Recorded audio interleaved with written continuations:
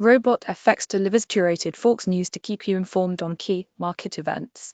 The Dallas Fed Manufacturing Business Index saw a further decline in December 2025, according to the latest data released on December 29th. The index, which measures the overall health of the manufacturing sector in Texas, decreased to -10.9 from a previous reading of -10.4 in November 2025. This marks a continuing trend of contraction in the manufacturing industry, with the index remaining in negative territory, indicating that more businesses are reporting a decline in activity rather than an increase. Analysts and businesses alike are closely watching these movements as indicators of economic momentum, or the lack thereof, particularly reflecting on broader U.S. economic conditions.